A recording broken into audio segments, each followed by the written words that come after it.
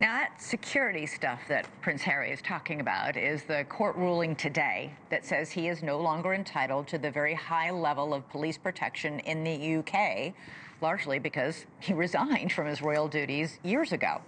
He has repeatedly appealed this and has been repeatedly denied in court the level of protection he once enjoyed as a working member of the royal family, all at taxpayer expense. Today, he accused the royal family of refusing to properly protect him and his wife, Meghan Markle.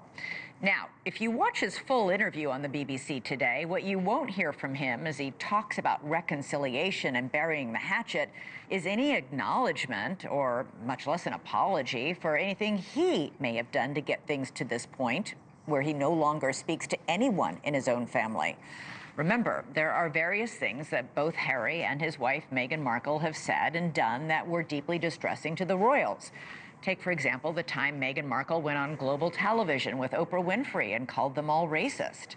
Or the time Prince Harry wrote a tell-all memoir and said that he had opposed his father's marriage to Queen Camilla and called Camilla dangerous and conniving. Or the time that Harry told the world that his brother Prince William attacked him, and by throwing him to the ground and sending him crashing into a dog bowl. Or perhaps most importantly, the time Harry and Meghan resigned from the royal family on social media without telling the Queen first. But above all, how about renouncing your family, your royal responsibilities, your country, all in the name of privacy, only to go to Hollywood, write a tell-all, trade off your fame and family's dirt? There are many words to describe that behavior, and regal may not be one of them. Joining me now for more on this is Kinsey Schofield, who's an independent reporter on all things royal. Kinsey, what's been the reaction to this big BBC interview of Prince Harry saying, I'm ready to bury the hatchet, but the royal family still won't protect me? Yeah, you're absolutely right. There's a lot of anger due to that hypocrisy. The general consensus is it's unfortunate that it's taken Prince Harry 40 years to learn the definition of the word consequences. He said himself that he has no regrets in this interview. He doesn't regret anything. He continues to take no accountability. And from the UK standpoint, they're saying you recently visited war-torn Ukraine. You visited Nigeria, Colombia, known for its role in the cocaine trade. These are extremely dangerous places, and you're suggesting that your family is not safe here at home. You know, it's ridiculous. And the palace has responded, saying all of these issues have been examined repeatedly and meticulously by the courts, with the same conclusion reached on each occasion. You know, we keep hearing in this interview, because I watched the entire thing from start to finish, over and over, he says, I'm in the most danger. I'm the one who's most at risk. And the royal family and the country of Great Britain are responsible for my safety because I was born into this family.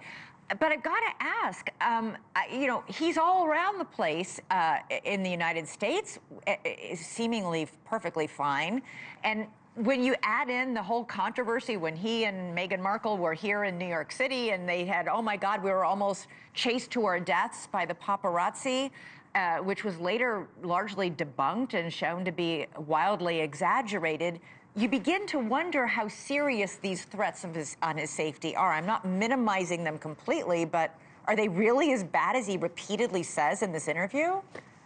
Another way to look at it is how much of this is about status. How much of this is about wanting what your family has, being equal to your family members? Because we're seeing Meghan Markle still utilizing that HRH title that Queen Elizabeth told them they Highness, yeah, that they were told not to use and they agreed not to use by leaving the royal family. She's continuing to use. You're right.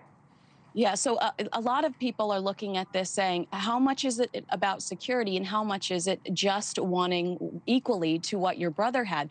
But can I point out another contradiction to you? You know, it's interesting to me that Prince Harry would sit down with the BBC, who, yeah, to me, it's another display of his lack of loyalty. An inquiry determined that the BBC concealed critical details about how Martin Bashir obtained that infamous panorama interview with Princess Diana, a moment that profoundly altered her life. She dismissed her royal protection because of what Martin Bashir shared with her forged documents and died in a tunnel months later.